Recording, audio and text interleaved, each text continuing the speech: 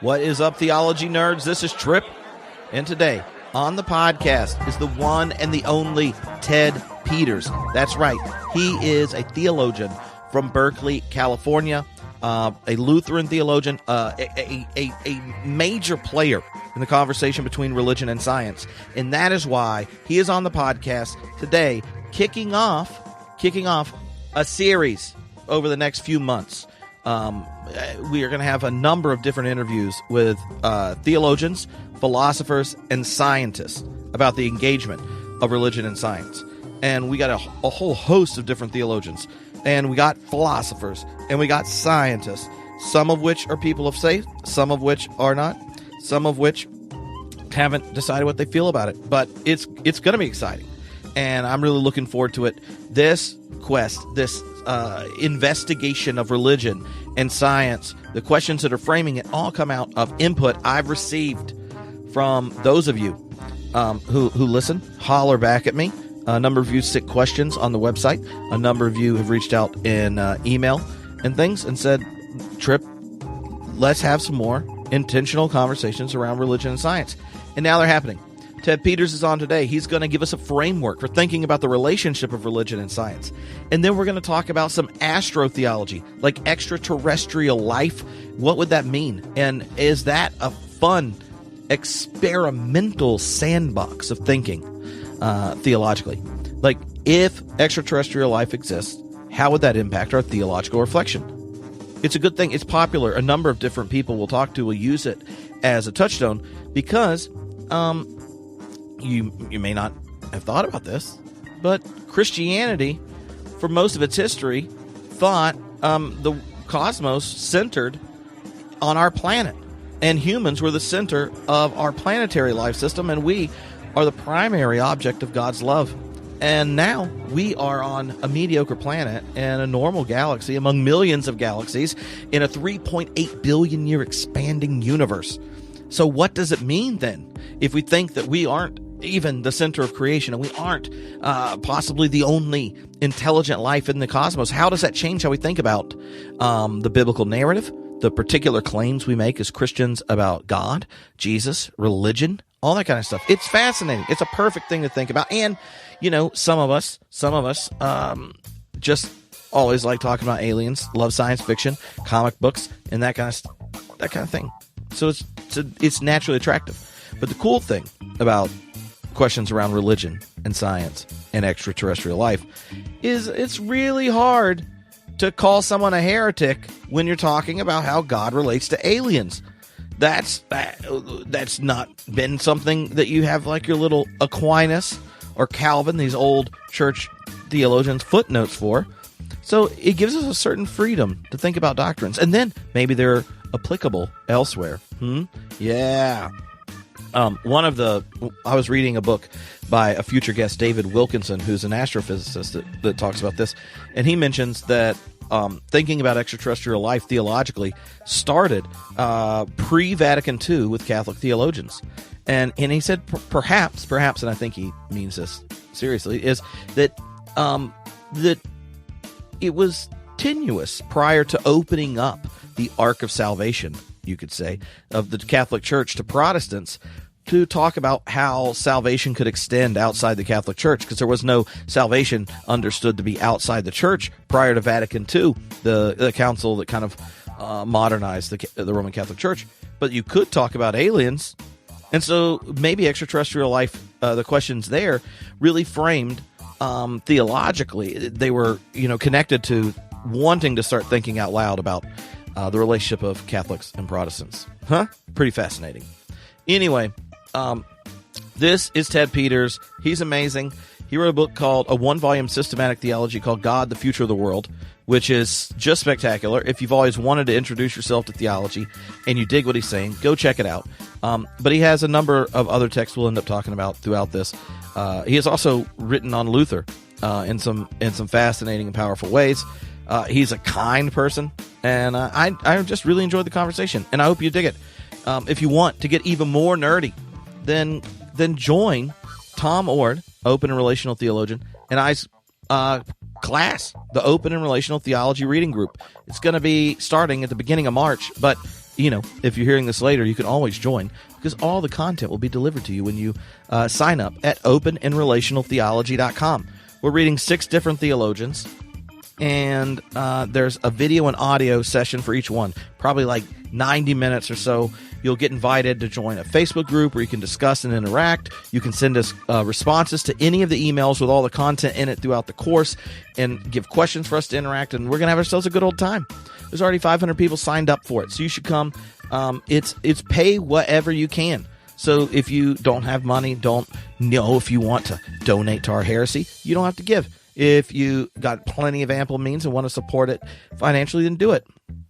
Think of it as a whole new connection of nerdiness, a community of nerds you can gather with, and an opportunity to donate, support the work of the podcast. So check it out, openandrelationaltheology.com. Me, Tom Ward, reading some amazing stuff like Karen Baker Fletcher and Marjorie Sue Hockey, Keith Ward, Sir John Polkinghorne, and that kind of stuff. Anyway, Ted Peters on the podcast. Buckle your theological and scientific safety belts, because this is a doozy.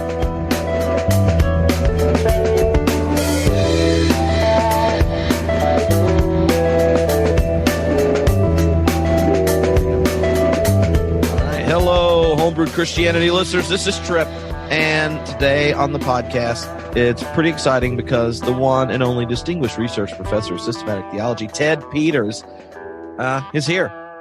And I'm pretty pumped. We're going to talk about religion, science, big history. But, we're definitely going to get to aliens, because he's written books on aliens and theology. And you don't know this, Ted, but the first 5 or 6 years of Homebrewed Christianity, my co-host would edit out my rants about extraterrestrial life. He's like, Trip, we're trying to be taken seriously here. Yes. And I would just get going about aliens. And he's like, look, my mom said it was weird that one time it got on. Like, I really think you don't have to fit it in. So that just encouraged me to bring it up every week, and it would disappear before it came out. So the good news is aliens are now in the scientific community, so your credibility has been preserved. I basically did the podcast for 10 years just to finally be allowed to talk about aliens. So, before we hop in, everyone should know that Ted has written one of my favorite single-volume systematic theologies, God, the World's Future, and has a new book called God and Cosmic History, where science and history meet, that is tackling the concept of religion, the emergence of transcendence in big history, and also it's published on Astrotheology. So if you're looking to nerd out with a book, there you go. So maybe we can begin, Ted. You're a Lutheran theologian who loves talking about religion and science. You're hanging out in Berkeley. How did you end up there? I ended up in Berkeley because it's kind of like heaven on earth for nerdy people. We've got the Graduate Theological Union with hot and cold running Christians of different stripes, and we've got an interreligious group of Buddhists and Muslims, and now Dharma scholars. Then we got the University of California, which has more scientists than Orange County has oranges hanging on its trees. And I just love the crisscross of all these different sources of ideas. And I think if I'm going to pursue theology, trying to understand how the life of faith can be meaningful and dynamic in this world of ours, this is the best setting to do it. Yeah. And as an individual growing up, did your brain get into science or religion first, and when did they first meet? Well, it was first of all theology. Oh man, I admired the giants: Paul Tillich and Reinhold Niebuhr, Karl Barth, Rudolf Bultmann.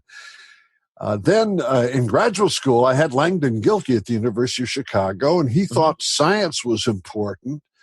And at first, I just was not persuaded. But in order to understand culture, and remember, Paul Tillich is the architect of the theology of culture, you got to understand the scientific dimension of culture. So that's the way I began. But then when I got to Berkeley and I met my good friend now, Bob Russell, who's a physicist, now it became Bunsen burner laboratory science, not just culture, but, going eye to eye with practicing scientists. And that's what I've been doing for the last 3 decades now. Mm-hmm. And when you think of the relationship of religion and science and the conversation between the two over the last 3 decades, how would you describe the shape and how it's changed? That is a good question. One of the continuities is this false belief that's pervaded primarily by the media, and then secondly, by materialist or atheist interests, that somehow or other science and religion are in this war that nobody can win. Although many scientists think the war is over, that that they've won the war. Well, that's not the only model, because people who believe there's a harmony between their religious commitments and the pursuit of knowledge through science, those people, nobody gives them any press. No reporter is interested in finding out what they think. And one of the things that we do at our Center for Theology and Natural Sciences in Berkeley is we really try to get those people who live in both worlds, science and religion, to articulate what it is that's going on in their minds. It's great to interview a scientist of deep faith and find out what he or she thinks. But then we do the theoretical work. How should the pursuit of knowledge, especially the pursuit of truth about the world, pursued through scientific measures, fit with a person's faith commitment in a God who is both a creator and a gracious redeemer? Mm-hmm.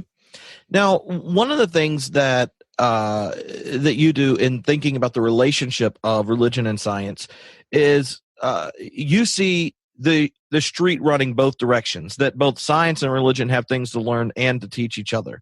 And that's not always the case. So when you're engaging in these conversations, how do you kind of lay out the different ways science and religion can engage, and which ones do you find most problematic?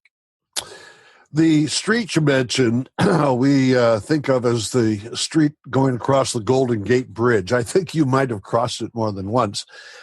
And if you think of one side as science and the other side as faith, understood theologically, we want to see the traffic going both ways. There's no question that our understanding of the world as God's creation is broadened and deepened with absolutely every scientific discovery. So science does influence religion, and that's probably the most obvious influence. But we'd like to see the traffic going the other way. And how might that happen? Well, theology doesn't add content necessarily to scientific knowing, but theology can point out the presuppositions, the arbitrariness of the point of departure for science, certain materialistic assumptions or something of that particular nature, and then place what we learn about the world scientifically in the larger context of meaning. I mean, science can't deal with meaning questions or even ethical or moral questions, yet your and my life is replete with meaning and with the difference between good and evil and right and wrong and a vision of a future that should be different from the past. And so there's an added value, so to speak, to your and my living in the world that theology can offer that adds to what science already offers with, great integrity. Mm-hmm. So when you see a lot of the popular level discourse around science and religion shaped by weird debates of like Ken Ham versus Bill Nye the Science Guy, or sweeping judgments where a theologian that's got a pack full of hubris is able to explain how their scientific and biblical evidence demands everyone become a Trinitarian next week. or the new atheist who is able to assess all of religion, under the guise of some type of rigid fundamentalism. Like I really feel like science and religion is one of those conversations that if people of faith and the public intellectuals start to do a better job, we'll actually be able to acknowledge the humanity and the intelligence in people we disagree with. That right now the conversation really kind of pits people against each other in problematic ways. Well, let's take a look at the Ken Ham, Bill Nye thing. So Bill Nye represents establishment science as everybody likes to think about it.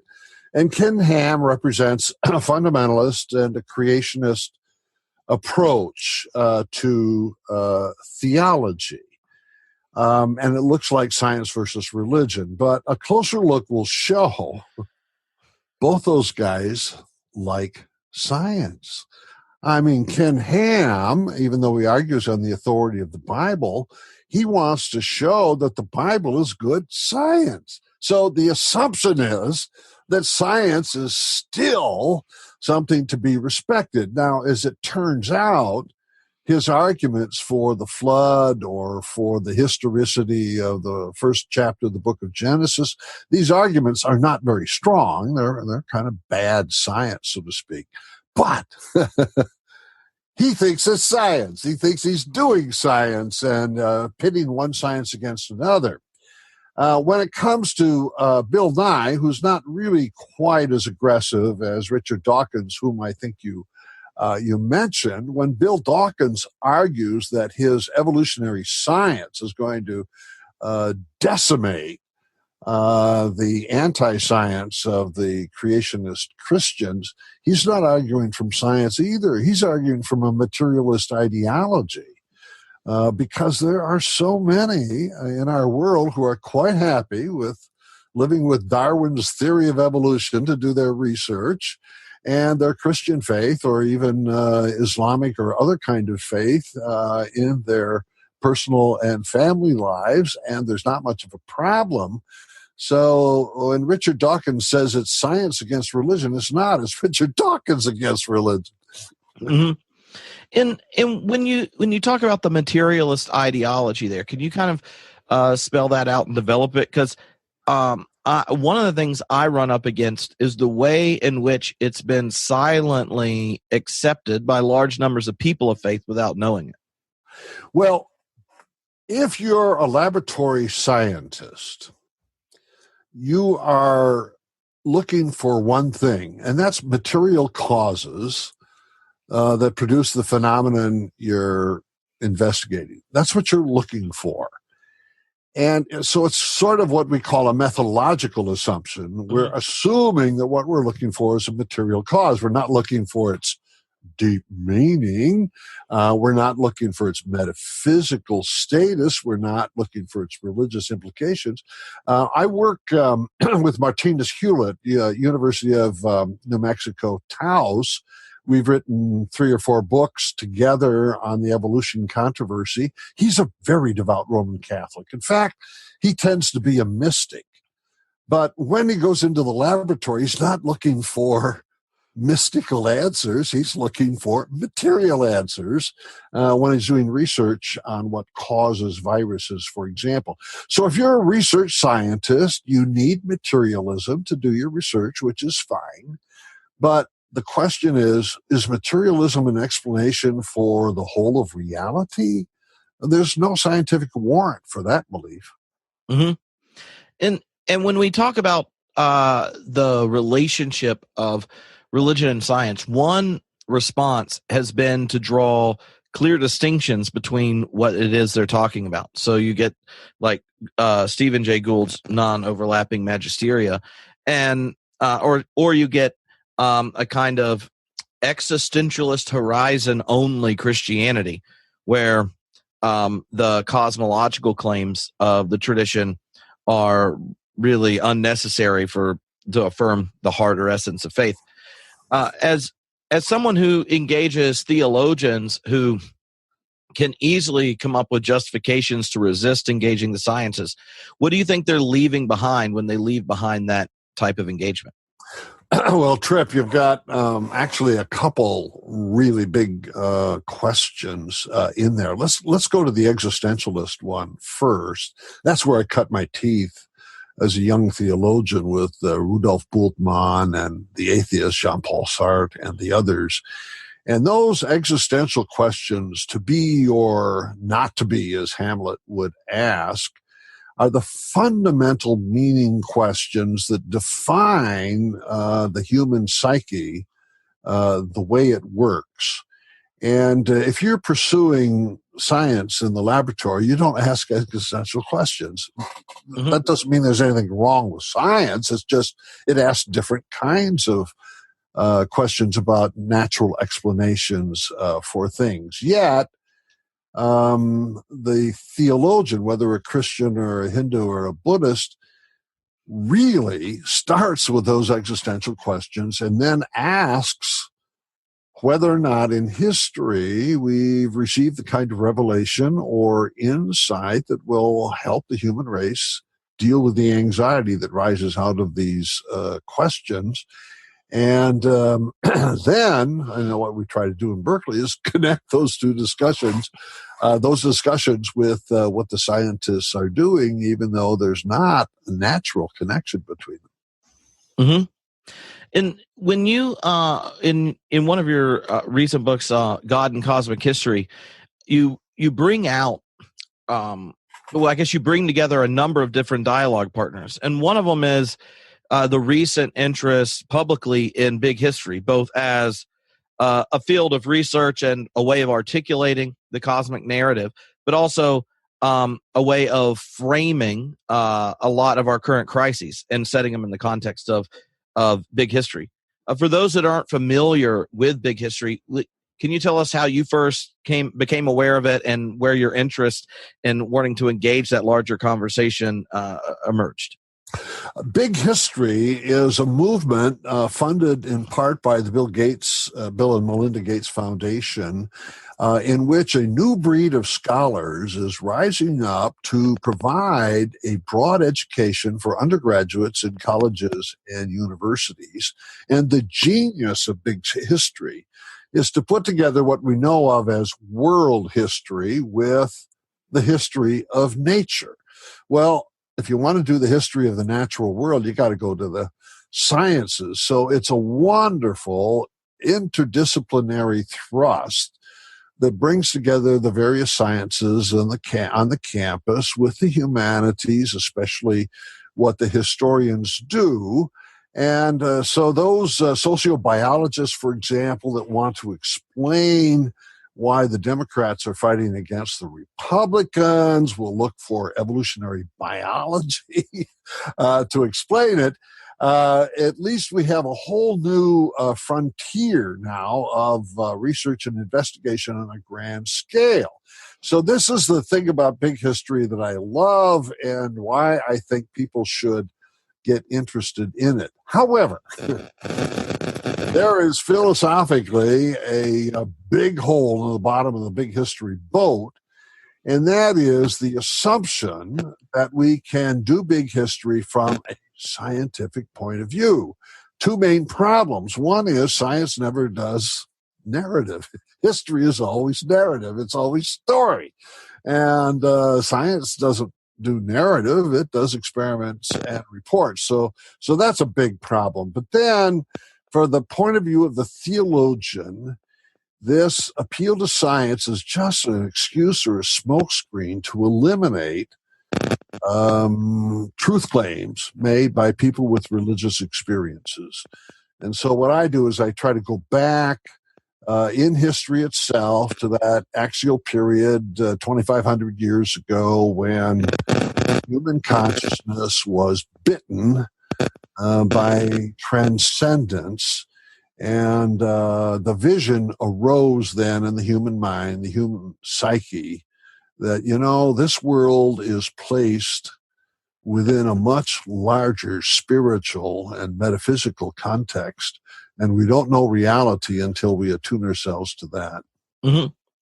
And one of the things that comes up in that kind of where the theologian reveals the philosophical assumptions of scientific materialism at play in big history is when we say that science doesn't do narrative, we're all part of it is because science actually works by not doing narrative. Like it's not a critique of science. It's a side effect of how that endeavor works.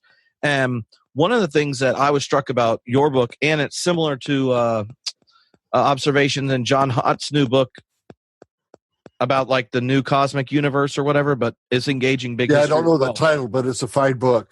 Yeah, and he points out, and similarly, that science is always looking at the objective, external part of the world, and that's what it's looking. It's not looking at our own consciousness or our own subjectivity. And when the explanations have been narrowed to only the language science knows how to speak, you've eliminated large parts of what it means to be human from the story, the very parts that tell stories themselves, right? And I think that's an important observation to get, because I think one challenge that your book is addressing, that ministers need to think about addressing today, is not how does a human get saved, but how do we give humans back their own humanity? That the worldview we have is one that has flattened and shrunken our humanity. And we have a narrative. We also have an encounter with the sacred that can give humanity back their mystery. Well, Tripp, you said it better than either I or John Hott could say it. And let me just elaborate on what you said very well. If you're going to do scientific research, you want to commit yourself to third-person objectivity.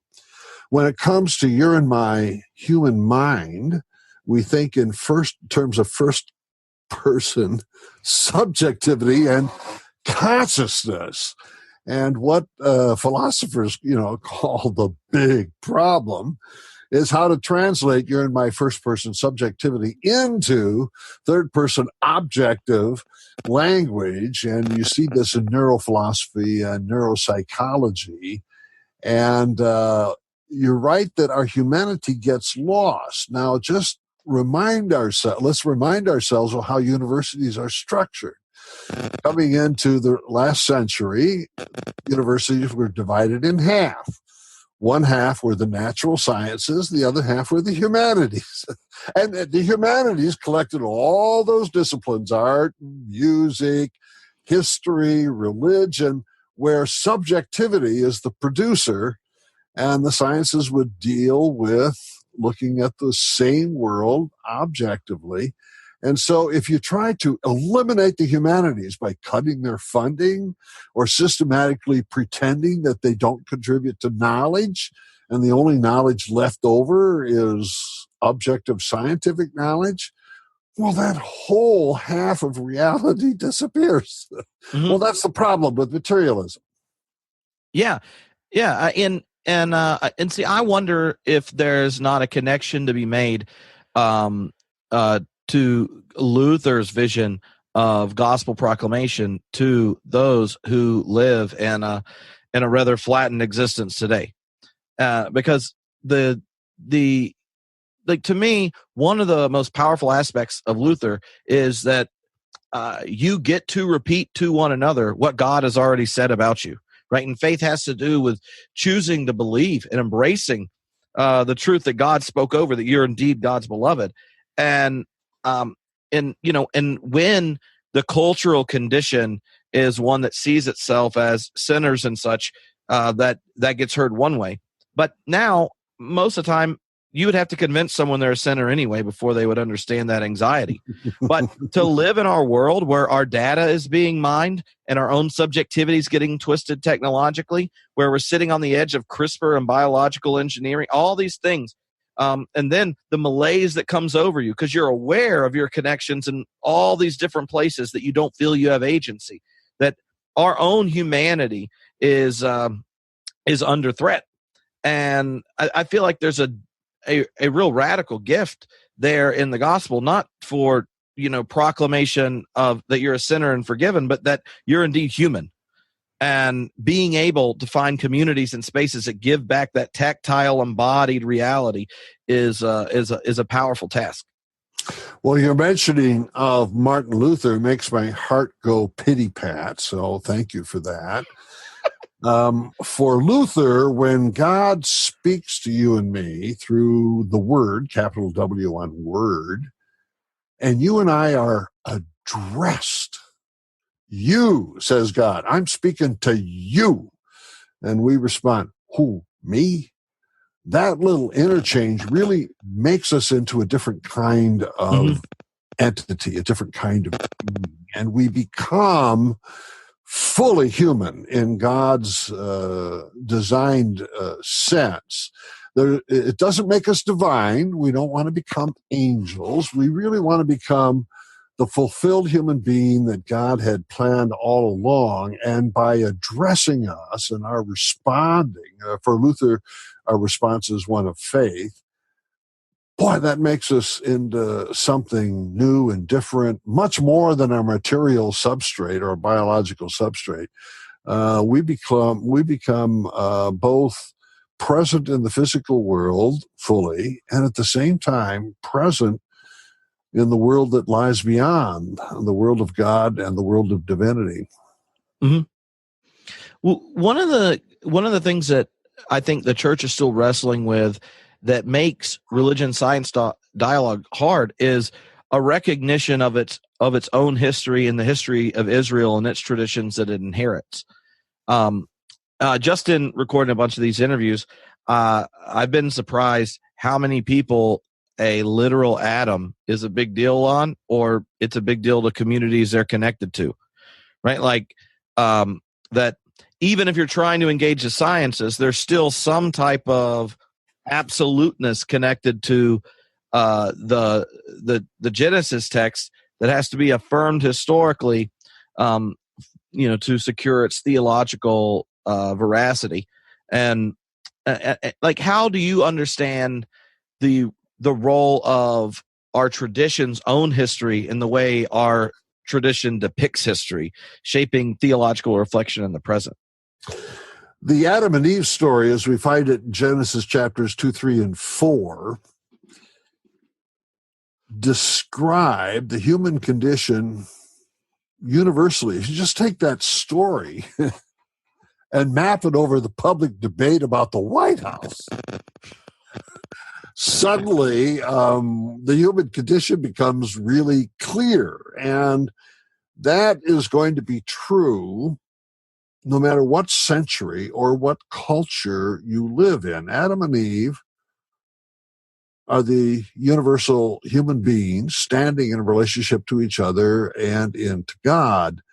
What those Christians or Muslims or Jews feel in the face of the controversy over evolution is that somehow or other, if we take away the historicity of Adam and Eve suddenly appearing on planet Earth without any precedent, on the basis of science, is that the authority of revelation will somehow be undercut. I don't think it's got anything to do with Adam and Eve. It's got to do with the authority of Holy Scripture. One of the things we've been working on here at the Center for Theology and Natural Sciences is how to handle this, to get rid of the anxiety. It doesn't matter whether Adam and Eve lived at a particular century or in Iraq, where the Tigris and Euphrates rivers are. What matters is that this account tells us what it is like to be a human being in a relationship with God. We have to say, on the basis of current knowledge about evolutionary biology, is there probably was never a time in the past in which this world was in perfect harmony. The animals that preceded us in the evolutionary story, as well as our ancient hominid ancestors, were all violent. As Steven Pinker says, the earliest skeletons have spears between the ribs. So there wasn't really a peaceful Garden of Eden in the past. And what I try to do is take a look at the other end of the Bible, the book of Revelation, chapters 21 and 22, where we get to the Garden of Eden in downtown New Jerusalem. And that's where it is. God's promise of the Garden of Eden is a future thing. It's not a past thing. But I have to say, I really sympathize with those who struggle over this issue in a conscientious way. But discarding evolutionary evidence is probably not helpful. But looking at human nature today is probably the most realistic thing we can do. Yeah, and one of the things that I just didn't grow up in a home where taking the Bible seriously meant thinking that. I didn't realize people thought there was like a belly button free person at any point. So I was just shocked about it. So one of the things I do think is that you pick up that comes out of work by people like Pannenberg is how any revelation of God, any way that God testifies to who God is in history always has a history itself.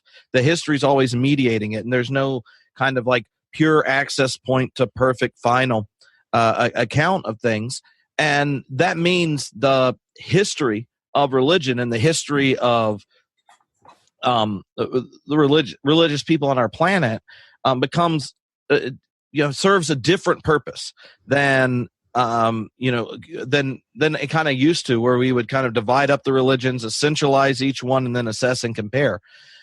When you think of the role of history in the life of Israel in the early church and God's relationship to that process, how do you describe it?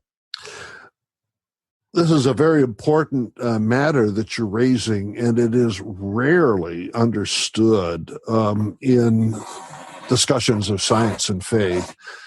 If you're a Muslim, a Jew, or a Christian, the history of ancient Israel is ground zero. That's where you start. And as you suggested rightly, the very fact that it's a history itself is important, because history is taught in the humanities departments, right? Not in the science departments of our universities, because there's human subjectivity involved, and without human subjectivity, you don't have meaning. Mm-hmm. So the history of Israel has meaning, and it's within the context of that meaning that Jesus lived his life, engaged in his teachings and his miraculous work, died, and rose again on Easter. And we don't know what that story means except within the context of the history of Israel. Now, here we are 2,000 years later. What do? We run around the world giving each other histories. Mm-hmm. I think of an experience I had one time in Singapore, which you probably know is a real mixture of cultures. The dominant culture is Chinese culture, which has its own history. And they think it's 5,000 years long. It's probably shorter, but there's no question that that's a dynamic history of civilization. And then you've got people transported from India with their histories that are both Hindu and Buddhist in background. And you've got the Malays with their history, etc. The Christians there speak one or two Chinese dialects. They speak English, and they may speak Tamil and a few other languages. All these histories are co-present right along with the history of Israel. Mm-hmm. And what I think we're experiencing in the modern world is a convergence of histories, and what Hans-Georg Gadamer, the philosopher, called a fusion of horizons. And so the meaning of the ancient history of Israel is now shared by people who come from these other historical contexts. And I think that's the only way we can deal with theological meaning, and note its source is very independent from the sciences, which are deliberately and for good reason ahistorical in nature. Mm-hmm. Well, one of the things that I've been thinking about is trying to think through Pannenberg's concept of non-thematic knowledge of God. Right, like one of the debated questions in anthropology and theological anthropology too has been intensified recently because of cognitive science and evolutionary psychology and their accounts of religion, as to whether or not human beings are naturally religious, and then whether that natural religiosity is an accident or a spandrel of sorts in the evolutionary process, or a contributing part. And if it is a contributing part, did it serve a purpose and therefore it's outdated now, or does it continue to serve a purpose? And if it did serve a purpose, does that mean that it corresponds to a creator that created so it evolved to believe in spiritual agents that you can have positive relations to or not? And so I wonder, thinking of that notion where Ponnenberg's trying to say a couple things in his systematic, that one, human beings are structured as if they've been addressed. Yeah, and there he engages in both dialogue with existentialists and philosophers of science. But he wants to say that it's not. It's not that awareness of infinity and such is not doesn't come pre-described or preset. Or he calls non-thematic awareness, and so human beings aren't naturally religious, but they're also not naturally secular.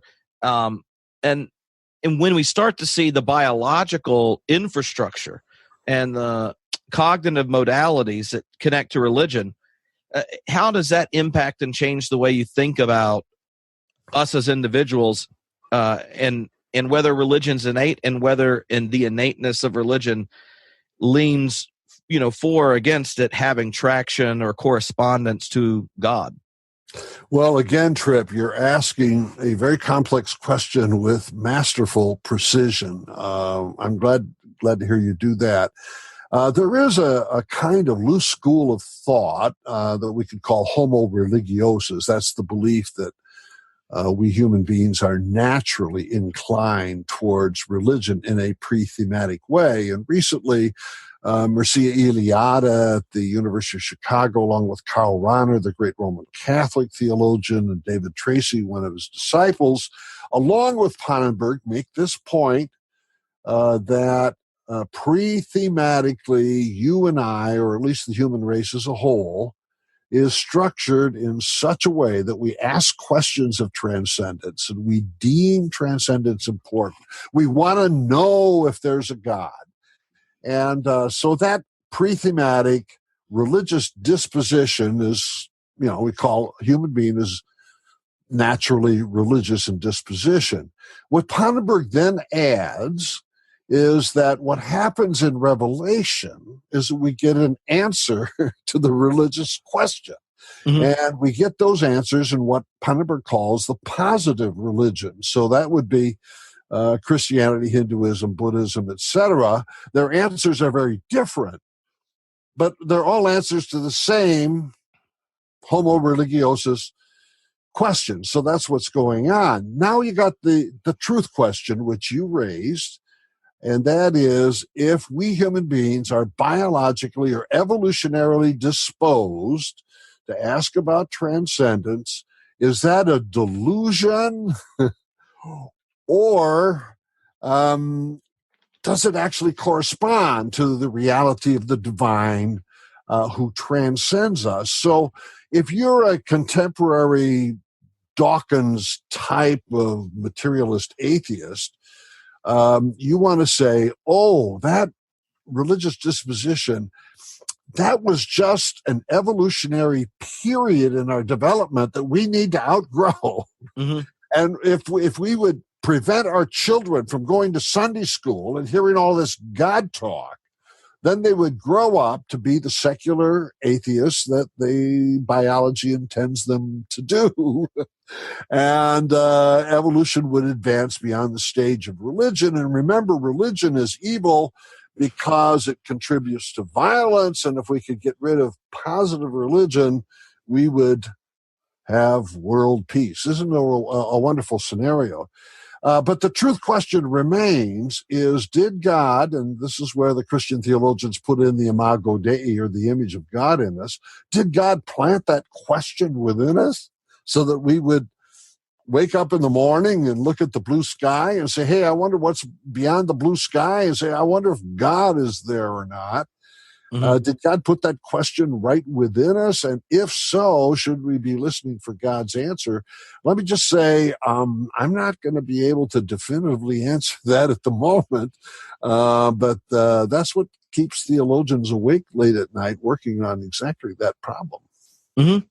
Well, but one part of it I do think is important and helpful, and when we start to think of the cosmic history, is that if you're a Christian and you think God's self-revelation or self-testimony reached a unique and particular expression in the person of Jesus, then to one, understand it, but also to facilitate it in some way that it's not like a divine invasion in the person of Jesus, then God was invested in the whole history of Israel. And Jesus is the fruit of that self-investment in the history of Israel. That that through God's ongoing relationship with Israel, it creates a context where the framework for who Jesus is, his identity, his self-giving, servant-shaped type of messiahship, all that is at play in it. It's not a incarnation by divine invasion. It's an incarnation through God's self-investment in this history, this particular people, and the traditions and stories and faithfulness that's expressed in it. And so, like, to me, there's a if we're not Marcionites, and if understanding Jesus means welcoming in the history of Israel, then it makes sense to think that part of what we're wrestling with when we ask questions of the origin of life or something like that would lead us to telling narrative stories about history and about scientific history that oftentimes isolating an event and giving an explanation about it, abstracted from its place in history, its relationships and things, leads to problematic tellings, in the same way like Marcions talk about the incarnation, or humanity. If we only talk about humanity apart from its relationship to nature, or we talk about life apart from its 13.8 billion year cosmic history. And that's one of the reasons I really like the conversation you bring up in God and cosmic history, is that if you take one step back in that big story before God's self-investment in the person of Abraham and Sarah, you start talking about the way that notion of transcendence emerges, and the questions around the axial age and human evolution. To me, an account of faith that looks at God's relationship to history would need something like you're developing in this book, right? Like, it doesn't just look at the particular history of Judaism and Christianity, but it looks at the history of humanity in relationship to a God that invests in history.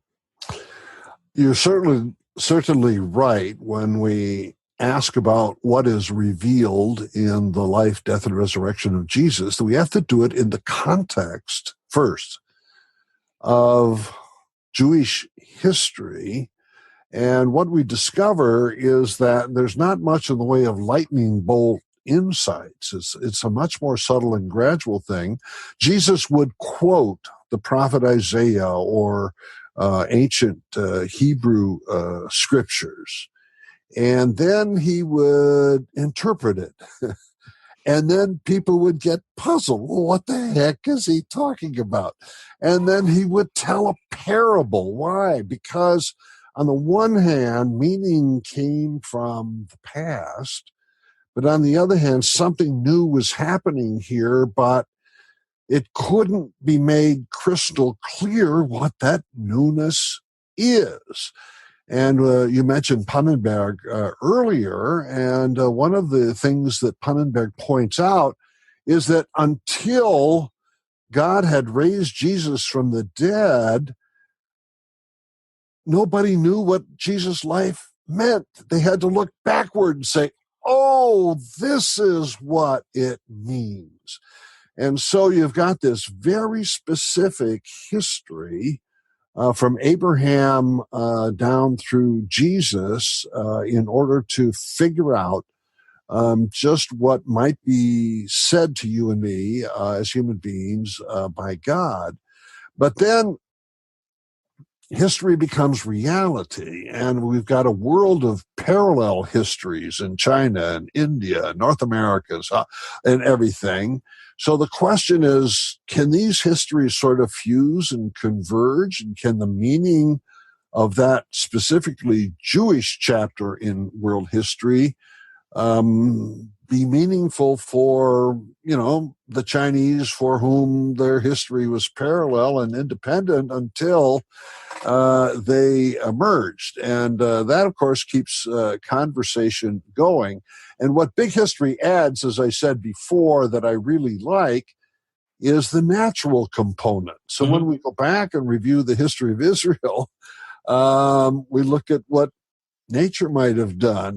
We ask paleontologists and archaeologists and others to contribute to our understanding of that era. So the meaningfulness of God's revelation in Jesus has what I call an expanding context of meaning. Its original one was with Israel, but now it's globe-wide, and in terms of academic disciplines, it's universal in character. Well, when you look at the history of us as a species, how describe for us what role you see the axial age playing in the process of kind of growing human consciousness? Well, I use the word glibly, universal human nature, but in fact, what today is universal human nature has its own history. We didn't just, separate from the Neanderthals and the Denisovans exactly the way we are. Things have changed. And I think what was born in the axial age 2,500 years ago is the human soul. Prior to that, if you just take a look at the Sumerians and the Akkadians and the Egyptians and others, and we did have writing, in those civilizations, there's a really dim glimmer of something that might be superhuman. You can see that in the religious symbols. But the insights of Plato and Aristotle, or Confucius and Lao Tzu, or Siddhartha, who became the Buddha, these profound insights that place the human situation on a material plane over against a transcendent spiritual reality, that is almost like an explosion. And as schools developed over the centuries, people began to inherit this great transcendental insight. So when Pannenberg, along with Karl Rahner, Mircea Eliade, or David Tracy, or others, talk about this natural disposition that you and I have to ask about the transcendent, I want to say, well, 3,000 years ago we didn't have it, but 2,500 years ago we got it. So that's historical as well. And I actually agree with a dead philosopher that nobody ever heard of, Eric Voegelin, that God probably acted in 3 or 4 different civilizations about the same time in order to, shall we say, shock human consciousness into a new depth of awareness. And that's what we call the axial period. And maybe you can kind of expand that, because for those that haven't listened back to the Pannenberg episodes, when you think of divine action in where there's an ontological priority of the future, like how does that shape that the action of God comes from the future, shape the way you imagine divine action in these eruptions, this kind of breakthrough in multiple places, or it's like the eye evolved in multiple locations, but it's a spiritual one of sorts. I believe that our common sense logic, that what exists in the present is the product of past causes, which is obviously partially true, is not completely true. I think the power of reality comes to us from the future and not the past. Reality isn't like a bowling ball that is rolling down the alley of time and you and I look to the past for the thrower. Rather, it's more like a draw from the future. Think of it this way. What's real is the future. If you don't have a future, you're dead. And once you're dead, you drop into the non-being of the past. Every minute that goes by is a movement from the past dropping off into non-being, the present, which has its reality only because we have a next moment, only because we have a future. And I think of God's creative work as moment by moment giving all of reality the future that it needs. And if you go back to Genesis chapter 1 or the Big Bang, the first thing God did for reality was to give it a future. And that future is a good thing, not just because you and I continue to exist, but because God has made a promise. And that promise comes from the resurrection of Jesus on Easter. And that promise is that finally, when God is done creating the world is not created. It's still on the way, so to speak. When God is finally done creating the world, it will be redeemed. And the picture of that redemption is in Revelation 21:22, or in Isaiah chapter 11, where the lion lies down with the lamb. It's going to be a world that looks a lot like the Garden of Eden back in Genesis. It's going to be the one that's peaceful and harmony. And you and I, as free, willing individuals, will participate in a fulfilled state without competition or bloodshed, because that's what God has intended all along, and that's where God is taking the creation right now. Well, one of the things about that, and wrestling with questions around religion and science, is in the I don't know what you call it, like among the different schools of Christian theology, those influenced by Pannenberg, Moltmann, that type of eschatologically shaped theologians, I think that it's not often translated well to lay people, right? And so in congregations, when I travel around and speak and such, you'll get those that are in a mainline context, but they mostly hear evangelical light, or they're, Jesus Seminar and Company, and Christianity is a type of Jesus flavored moral therapeutic deism. And one of the things that you're doing in your work and those who kind of are connected to it is seeking to talk about a real God who does real things in a real world, did something unique in particular in the history of Israel and the person of Jesus. But you're also sitting there asking ethical and theological questions about places we aren't even there yet. And so, tell me how you describe the transition from the type of conversation we're having right now to the conversation of astrotheology. Because I think, anyone that publishes in that many diverse areas knows how to use their fingers and their brain. But how do you see those connections? Well, one thing about evangelical Christianity light is they have good music. I want to say that when I try to formulate a credible understanding of the way God works in our world that is consonant with what we know from the natural sciences, I begin with the same symbols that evangelical light people do: the Bible, the story of Adam and Eve, the Gospels, etc. My interpretations are probably different, such as, talking about God as the power of the future a couple of moments ago. You're not likely to hear that in an evangelical light sermon, yet it doesn't contradict anything that's going on there. What I want to do with understanding God as the power of the future is to notice certain things that are scientifically important. For example, the indeterministic interpretation of quantum physics, the present moment as it moves towards the future, is not predetermined, is it? You can decide to do one thing, or you can decide to do another one. Why is reality like that?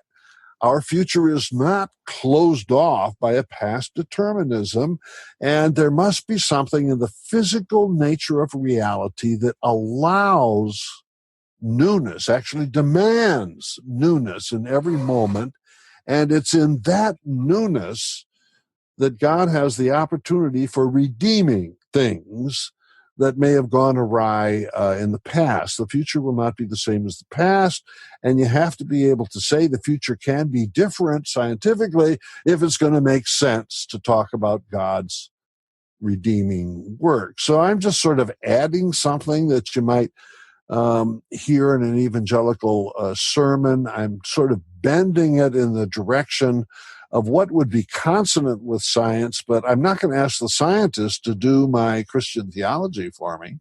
Mm-hmm.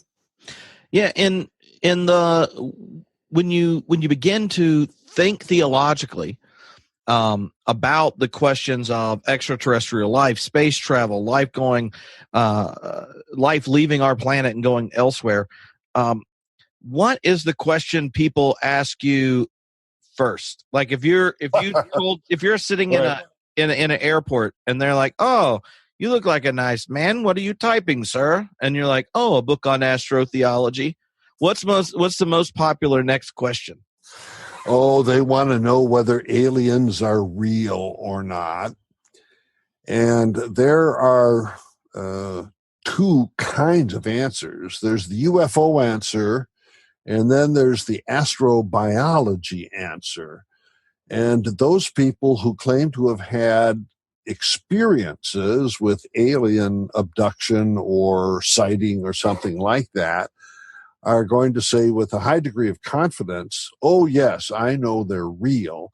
And I, for a long time, worked as a UFO investigator. I interviewed people who had these experiences, took notes, filed them with a national organization, etc. So I know that area well. No, I've not been abducted myself, but I certainly do take seriously those people who make those claims. When you turn to the astrobiologist, that's the government-funded scientist, or in the case of SETI, it's private funds, there's a flat denial that the UFO phenomenon has any relevance whatsoever to their science, that empirical evidence to date shows that no extraterrestrial planet is inhabited, but everybody is hopeful that exoplanets within the Milky Way will demonstrate extraterrestrial intelligent life. We have not even found, scientifically speaking, unintelligent life here within the solar system. And I want to say that the astrobiologists and the UFO people never go to each other's barbecues. I try to go to both. I try to understand both.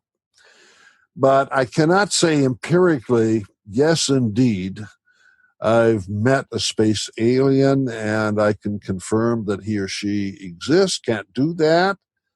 But I want to know whether or not space aliens have a place in our biblical understanding of creation. My answer is yes, indeed. And I wonder. I mean, I put a joke about this. I made a movie recently. It's a buddy road trip comedy, but there's a bit in it about one of the characters' dad who is a fundamentalist, and my character, was the dad with the fundamentalist, he was also obsessed with extraterrestrial life. And so the family had very heated debates as to whether or not when Jesus ascended into heaven, if he went to other planets, died and rose again, or if he incarnated there separately, or if he didn't even have to, because the resurrection was so cosmic, it just reached other planets. And the number of people at screenings of this that respond to that, and they're like, yeah, but you're a real theologian, so what do you think about that, is high. And so I'm interested in like a doctrine that's as particular to Christianity as it gets, something like the incarnation, death, and resurrection and ascension. How does putting that story of this first century Jewish rabbi in the context of the cosmos change? This is where theologians can have a lot of fun. It is serious, but it's fun at the same time. At our Center for Theology and Natural Sciences, we just produced a book last year called Astrotheology, and we have about 3 or 4 chapters on exactly this question. Is one Jesus good enough for the cosmos, or do you have to have a planet-hopping Christ that goes from one civilization to another? Frankly, there are good arguments on both sides. In the book, I took the side of one Jesus incarnation is good enough for the cosmos, but about 3 or 4 other authors thought, no, we got to have another incarnation on each planet for each civilization so that God personalizes the revelation. Well, there's no way to resolve this debate until we meet them and we just ask them. Well, I mean, I do think it becomes a less threatening way to describe, at least context for Christians to imagine different types of relationships with other world religions, right? Because the inheritance of the church is so tied to Western colonialism that we have that inheritance shaping our imaginations at how to engage in other religious traditions. But for some reason, you ask about the incarnation and other planets, and there's a certain freedom in a greater number of Christians than they do when they're thinking about their non-Christian neighbor. I had not thought about that. That's a good observation. Yeah, it's kind of fun to speculate about the possibility of multiple incarnations on different planets. It's less fun when you're engaged in interreligious dialogue about absolute truth, I think. My experience, and I've had really good, healthy experiences in interreligious dialogue with Hindus and Buddhists over the years, that those conversations are a lot of fun too. Especially if you have an atmosphere where, you don't have any legal encumbrances, you don't have any reason to get mad at somebody. Just the straight conversation can be a joy. I mean, I have a close friend who's a Muslim, and Muslim evolutionary biologist, but also very well trained in Islamic theology. So I said, do you really have to assert that I'm an infidel because I commit shirk? That is to say, I believe in God as Trinity, incarnate in Jesus Christ, that I'm an infidel because I hold that? And he said, he really likes me. He said, I'm reluctant to say yes. You really do. I said, well, good. Well, thank you. At least now we've got it honestly straight about this. So as serious as these conversations are, they can be done in a warm fellowship and some shared understanding. And we must continue this interreligious dialogue here on planet Earth without knowing for certain what the future is, but hoping that it's going to be a healthy one.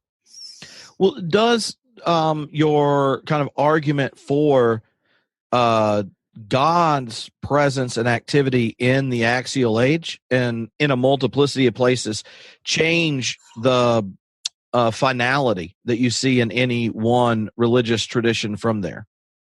That is a difficult question, and I think the basic answer is yes. If we go back to where we were earlier in this conversation, that you and I, as human beings in the post-axial age, have a natural inclination to ask the question of transcendence. It's a non-thematized asking about transcendence. And then I add, but this is historically prompted, that I think God was working in Lao Tzu and the Buddha and Plato and Aristotle in shocking the human conscious to ask this question. But when we get a positive answer, such as the revelation of God to Moses in the burning bush, or the revelation of God in raising Jesus from the dead, we're getting a divine positive answer to God's own question, which he placed within us. Even that is not a final or absolute answer. As we were saying earlier, it's historically contextual. And Jesus was frustrated because we human beings don't necessarily get it straight or get it clear. So even if you and I as Christians are visited by God's positive revelation, our apprehension of it is still going to be rough around the edges, undergoing change, undergoing renewed interpretation. It's not apodictic. It's not absolute. And so there's a sense in which we, along with all of our non-Christian comrades, perhaps in other religious traditions, also have a way to go in expanding and deepening our understanding. So I don't want to wash away the Christian revelation, to be sure. But I also want to say that we need to be humble and not take it as absolute, as if somehow or other there's nothing else that could amplify it. Mm-hmm.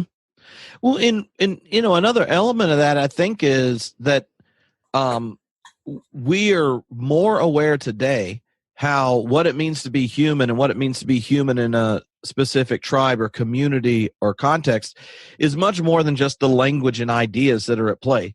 But for a long time, when we talked about interreligious dialogue or just describing other religions, we thought we were done when we accurately found words to describe their form of life. But I regularly, when asking as a minister, will say, like, yeah, you should probably not say you understand Christianity because you went to a worship service once or just read part of the New Testament.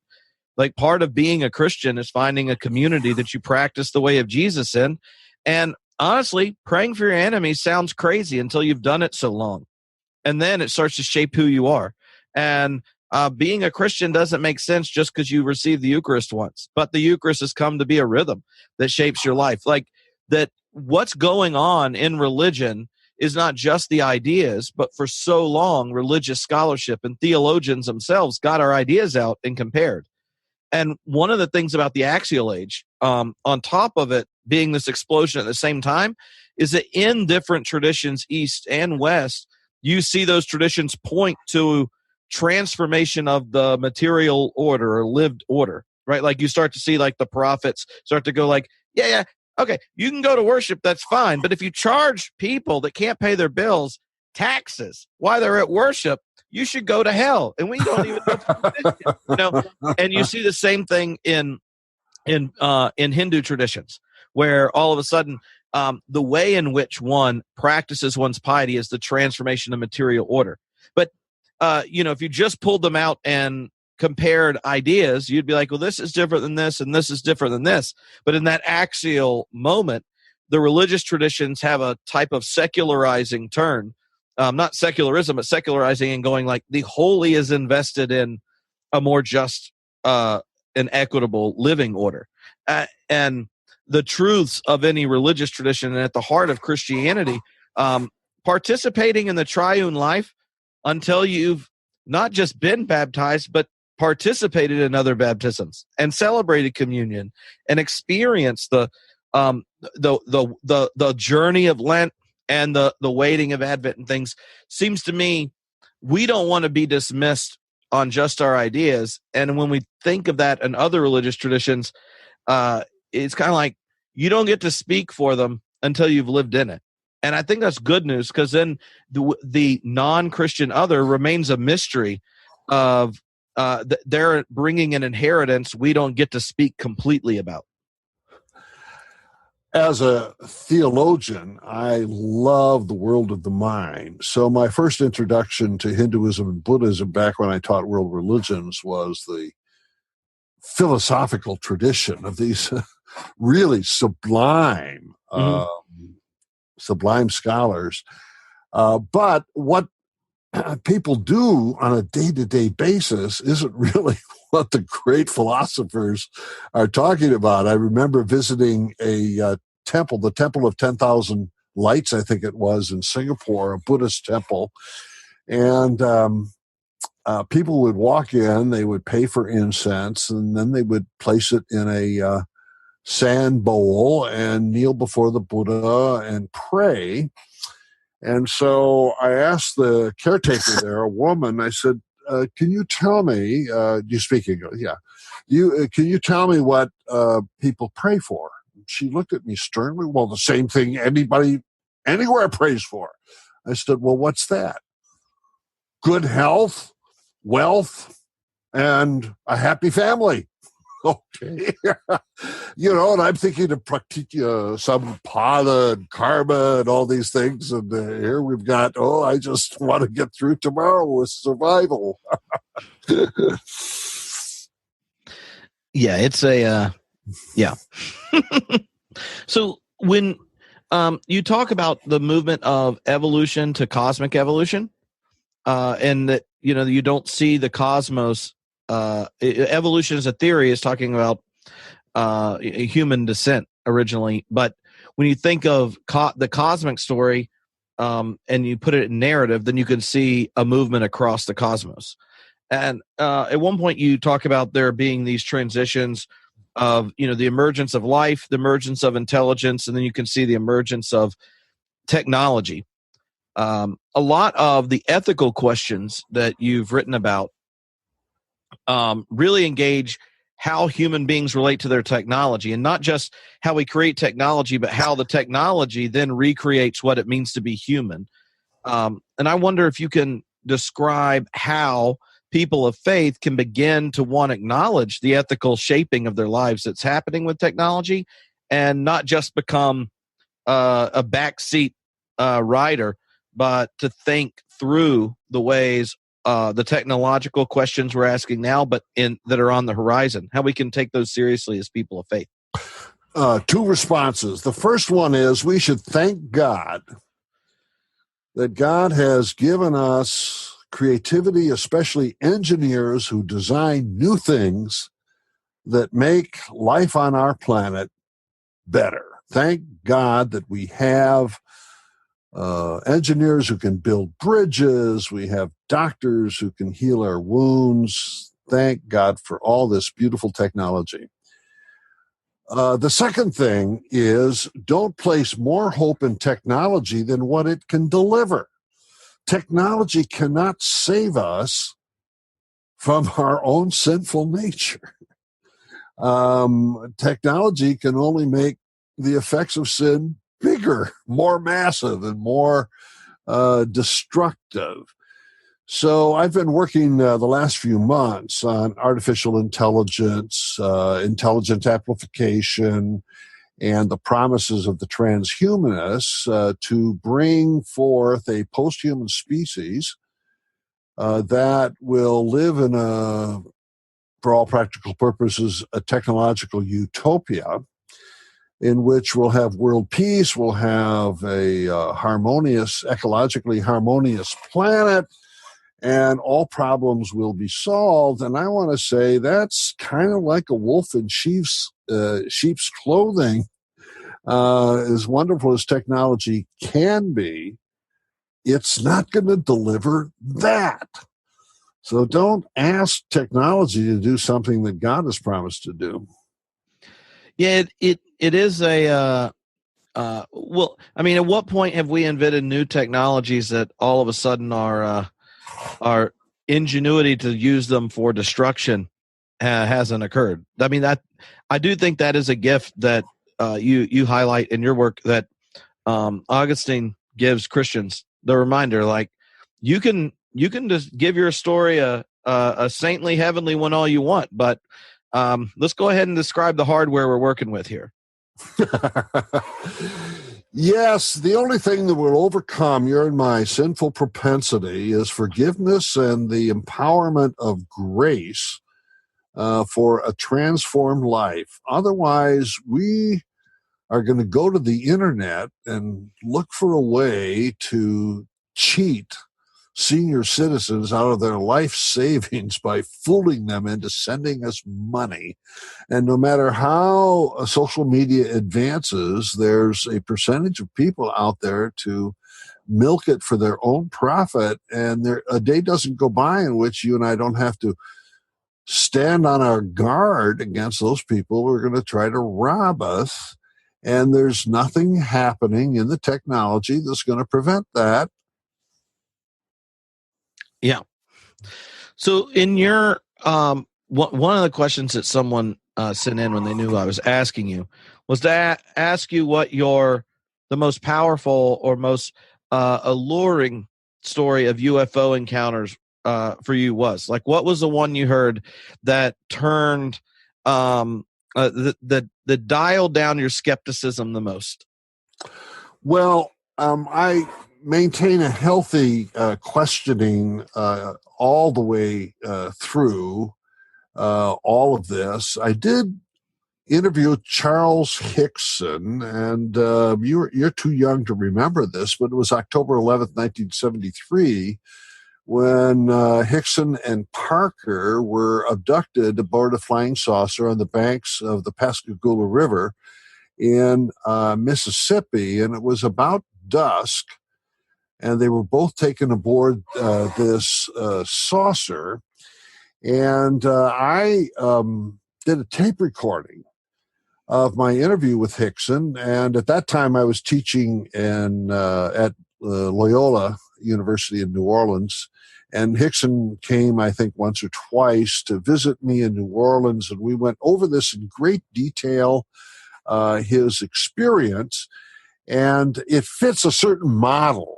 I call it the scientific researcher model. Hickson was taken aboard. He was laid down on a table. The visitors from space did a physical examination.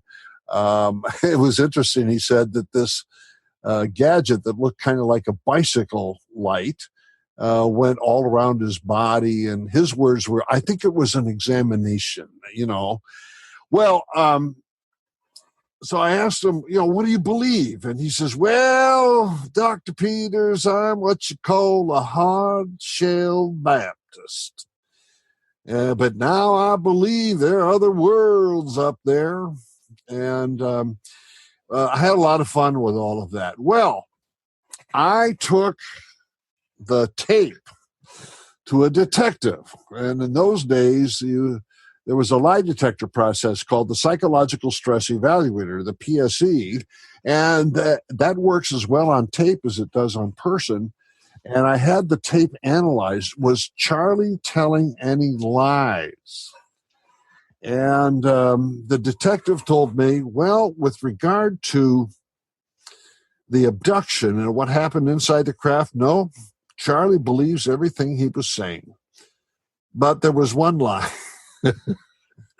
Oh, which was it? Well, it was the lie about, he said, when Charlie said that he believed that they were going to come back someday and take him to live in one of these off-Earth worlds. And at that point, the detective said, I could tell the tension that he was probably not telling the truth. So we speculated, well, maybe he didn't want to take his wife with him. Well, at any rate, the bottom line is, if you want to be skeptical, you can't be skeptical about his sincerity or his authenticity or the fact that he believed what it was that he was saying. And that's about as far as I can go. I can't give an explanation that trumps the one that Charlie himself gave. Mm-hmm. All right. So last question is, what is the question that you want to ask and wrestle with next? Like, what's the one that's in your head and you're like, this is a good question and I don't know the answer for it, so I'm looking forward to digging into it? Now you've got me scratching my head, Trip. Oh, well, it's good it went last. Well, over the next 6 months or so, I'm pursuing two related topics. You'd mentioned CRISPR earlier. CRISPR is a form of editing the human genome. And it's really clear that the scientific community right now wants to postpone human clinical trials because we don't know what the side effects might be. And so that's an important ethical issue. And I think that religious people and theologians and other ethicists should be supporting the high-minded scientists among us to, I use a yellow traffic light, proceed with caution. And then combine that then with intelligence amplification that transhumanists would like to develop to increase human intelligence step by step, first by increasing access to knowledge. And then they hope, I think wrongly, but they hope that there will be a leap to a higher level of intelligence. And I think there's a kind of delusion at work in that second one that's not in the first. So over the next 6 months or so, I'm working with some colleagues here in the Bay Area on both CRISPR technology and then the momentum already gained by the transhumanists. Awesome. Well, that's exciting. I'm looking forward to it. Well, thank you for hanging out on the internet. Well, Trip, I've got one more observation. All right. You've got home-brewed Christianity. Mm-hmm. And I don't know if that means you have your own brewery right there in North Carolina or not, but I live in Northern California, not far from wine country. So I'm wondering if I represent a wine form of Christian theology and you represent a beer form of Christian. I wonder if we can get along. Do you have any thoughts about that? Well, I really feel like it's more of a both and, not so much an either or. It's a type of inter-theological dialogue that's necessary. You can have high quality expressions of both. All right. Well, I guess if we have bratwurst, we're going to have your homebrew. And if we have spaghetti, well, we'll have some Sangiovese. Oh, yeah. The Bay Area, though, is amazingly good at both. Awesome. Well, I really enjoyed it. It's been a lot of fun. Well, good talking with you and learning about your ministry, Trip. Keep up the fine work. All right.